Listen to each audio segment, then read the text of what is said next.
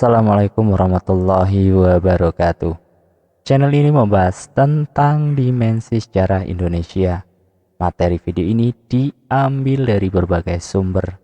Buang energi negatif dan ambil sisi positifnya. Selamat menyaksikan. Misteri dialog Sunan Kalijogo dengan Sunan Lawu.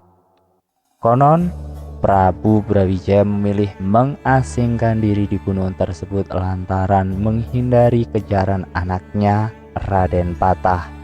Prabu Brawijaya menghindari pertumpahan darah karena menolak mengikuti aliran kepercayaan yang dianut Raden Patah. Beliau juga mendapat wangsit bahwa kejayaan Majapahit dengan kepercayaan Hindu akan pudar dan diganti dengan kejayaan kerajaan baru yaitu Demak yang dipimpin putranya Raden Patah.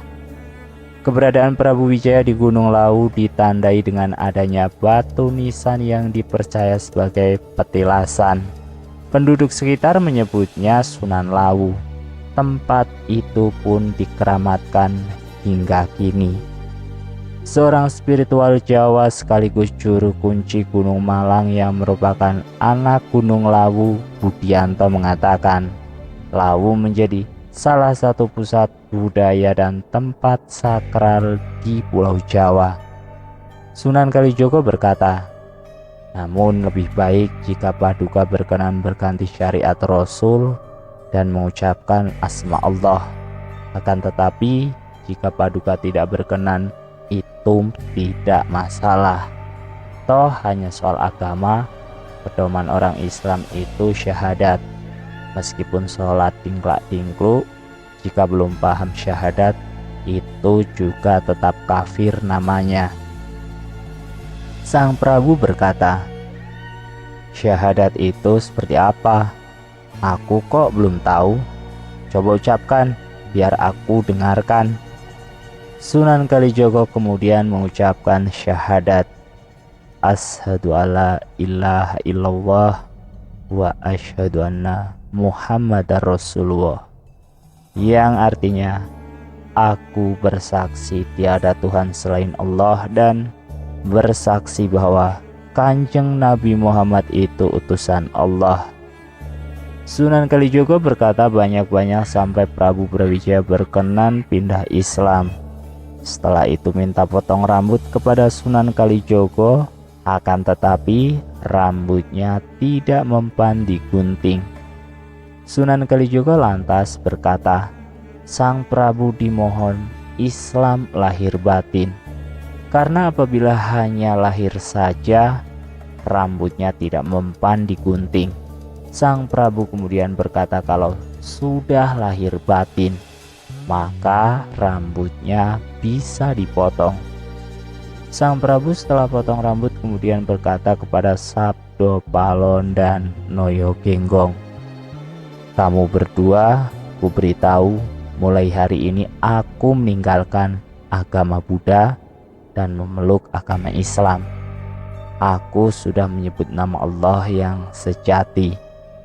Kalau kalian mau, kalian berdua kuajak pindah agama Rasul dan meninggalkan agama Buddha.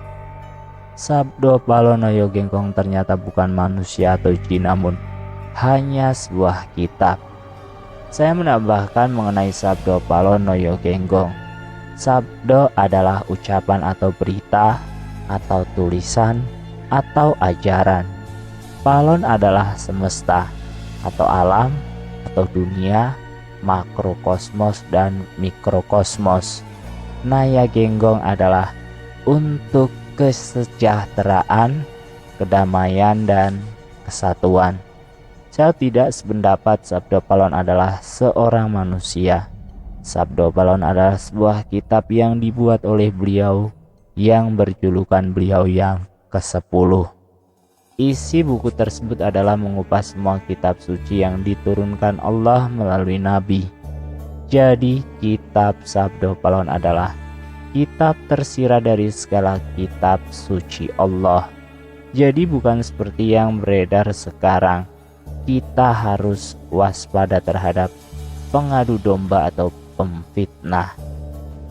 Cerita mengenai dialog Prabu Brawijaya V dengan seorang yang tidak memasuki Islam adalah di mana Prabu Brawijaya V menerima putra mahkota Majapahit atau pengganti Brawijaya V, di mana sang putra mahkota menolak mengganti ayahandanya Brawijaya V dengan alasan putra mahkota tidak mau kerajaan yang beragama Hindu sebagai agama kerajaan diganti agama kerajaan menjadi agama Islam, sehingga putra mahkota tersebut bergelar Raden Gugur dan beliau menjadi pertapa di Gunung Lawu.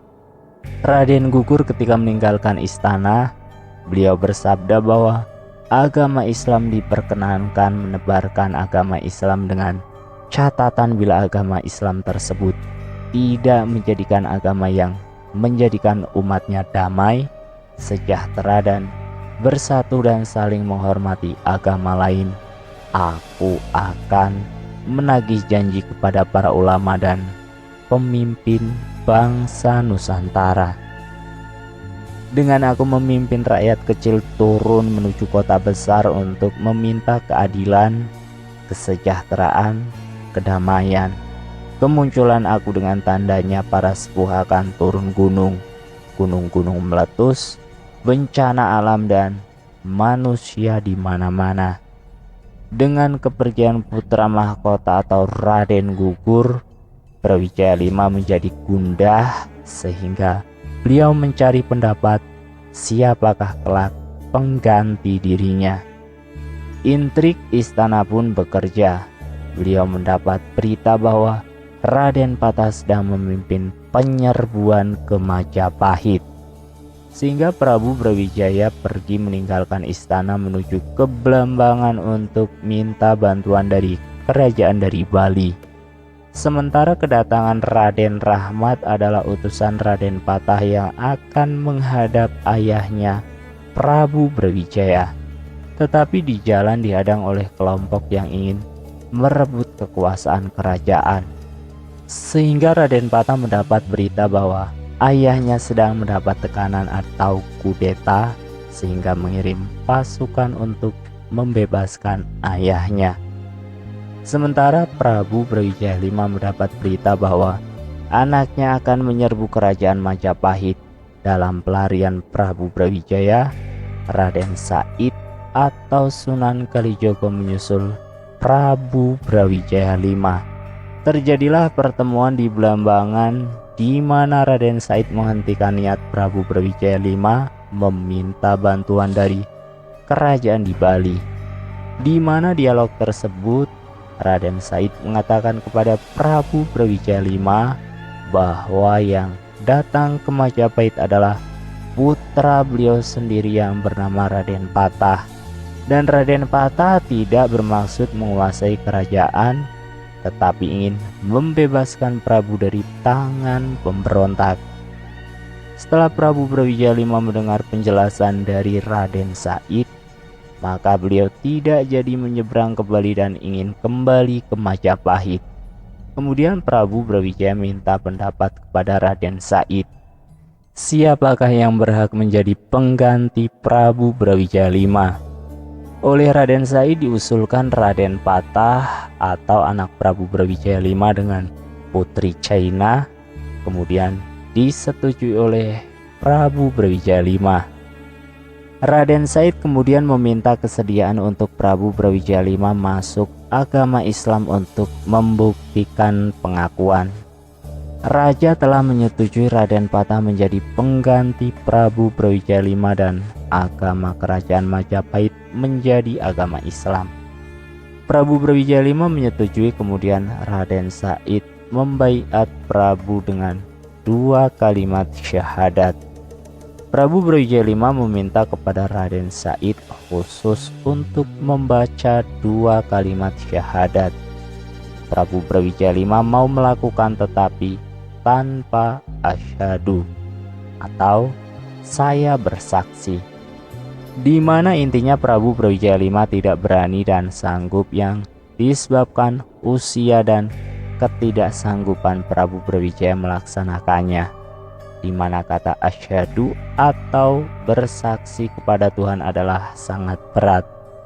Terjadilah dialog yang sangat panjang yang diakhiri oleh suatu percakapan di mana Prabu Brawijaya V mengatakan kepada Raden Said bila beliau salah dalam mengucapkan 2 kalimat syahadat tanpa asyhadu, maka air danau tempat saya mengucap menjadi bukti besok bila wangi, maka permohonan saya dikabulkan oleh Allah Subhanahu wa Ta'ala. Dan bila besok air danau ini baunya anyir, maka saya mengulangi membaca 2 kalimat syahadat dengan asyhadu. Ternyata keesokan harinya air danau tersebut berbau wangi. Kuasa Allah amat mulia dan meliputi semuanya, dan sekarang disebut kota Banyuwangi. Dalam perjalanan pulang, Sunan Kalijogo mengiringi Prabu Brawijaya V, dan tiada hentinya Sunan Kalijogo dan Prabu Brawijaya V membicarakan agama Islam. Sesampai kembali di kerajaan Majapahit, Prabu Brawijaya menanyakan kepada Sunan Kalijogo tentang keberadaan Raden Patah. Rupanya takdir berkata lain. Raden Patah ketika ditanyakan keberadaannya oleh Prabu Brawijaya V berhalangan atau bersimpangan jalan, dan ketika terakhir kali ditanyakan oleh Prabu Brawijaya V kepada Raden Said duduk di sebelah Raden Said, seorang pemuda yang ditanyakan oleh Prabu Brawijaya V, siapakah dia? Dan Raden Said menjawab, ia adalah Bondan Kejawen, putra Prabu juga. Sehingga Prabu mengucapkan kepada Raden Said bahwa Raden Patah akan memimpin kerajaan Islam pertama di Nusantara, dan kerajaan tersebut hanya 1 periode, dan sebagai penerus kerajaan Nusantara adalah keturunanku yang lain dari Bondan Kejawen. Karena usia Prabu Brawijaya V sudah lanjut, beliau pun wafat, tidak dapat bertemu juga dengan Raden Patah. Dan pesan Prabu Brawijaya V, makamku dinamakan makam Putri Cempa. Sangatlah sayang Sabdo Palon yang merupakan kitab diplesetkan jadi orang dan dibuat sarana untuk mengadu domba.